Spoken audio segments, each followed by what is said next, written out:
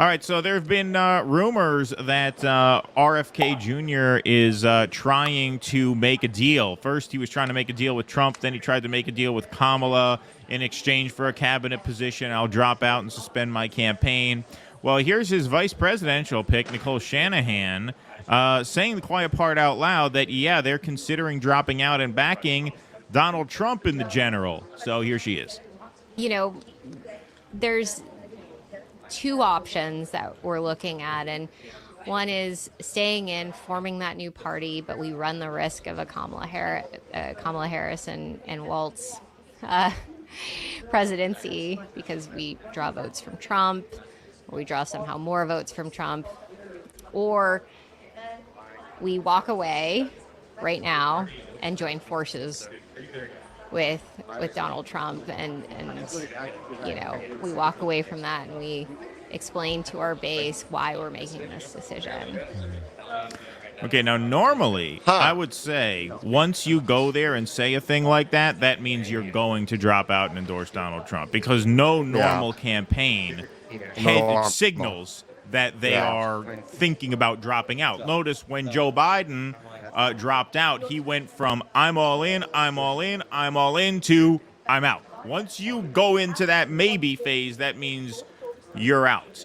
However, the RFK campaign is not a normal campaign, so I can't be that sure that they're actually going to drop out at this point, because if there's one campaign that would be so just batshit and disorganized as to say that, it's his, you know, because he filmed himself trying to make a deal with Trump. That was the thing that leaked, the phone call that leaked. By accident, I didn't realize that the camera was on. I just was on speakerphone right in the middle of the frame, and then my son leaked it on my social media. I'm so very sorry that happened. So, I mean, look, he has been trying to make a deal for a while. He's been pretty open about this. This is like part of his strategy to wield more power. I guess, you know, he figures, hey, look, if I'm not going to win the presidency, but I have a certain percentage of the votes, then I can use that as leverage and shop my support around to different candidates. Hey, do you want my 5% or do you want me to give my 5% to Kamala Harris or vice versa, right?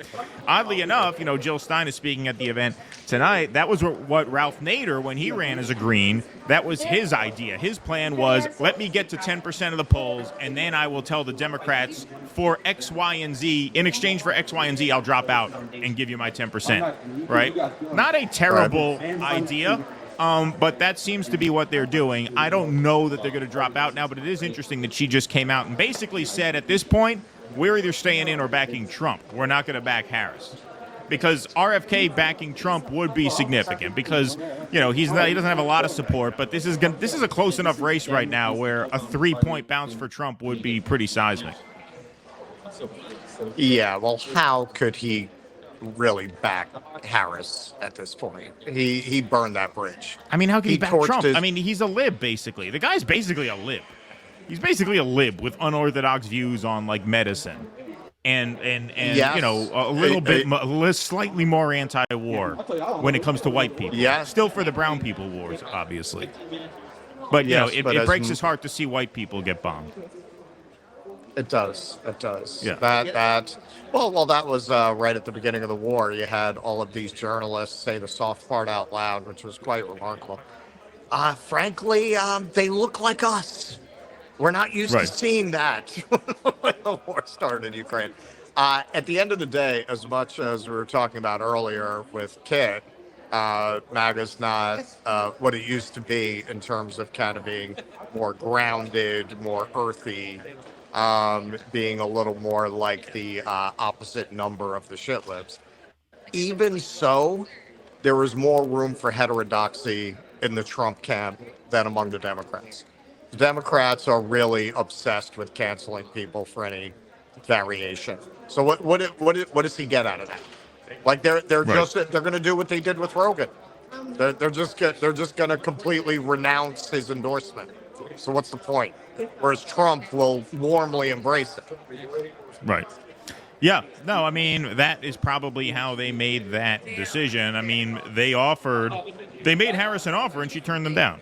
You know what I mean? So, like, at that point, like, who's more Machiavellian here? You know, I found, you know, this is, this is a real difference. Sean O'Brien, the Teamsters president, he spoke at the RNC. He did not endorse Trump. He did not endorse the GOP ticket, but he was shopping himself around, and the Democrats turned him down. He tried to get a speaking role at the DNC, and he was told, no, you're not welcome.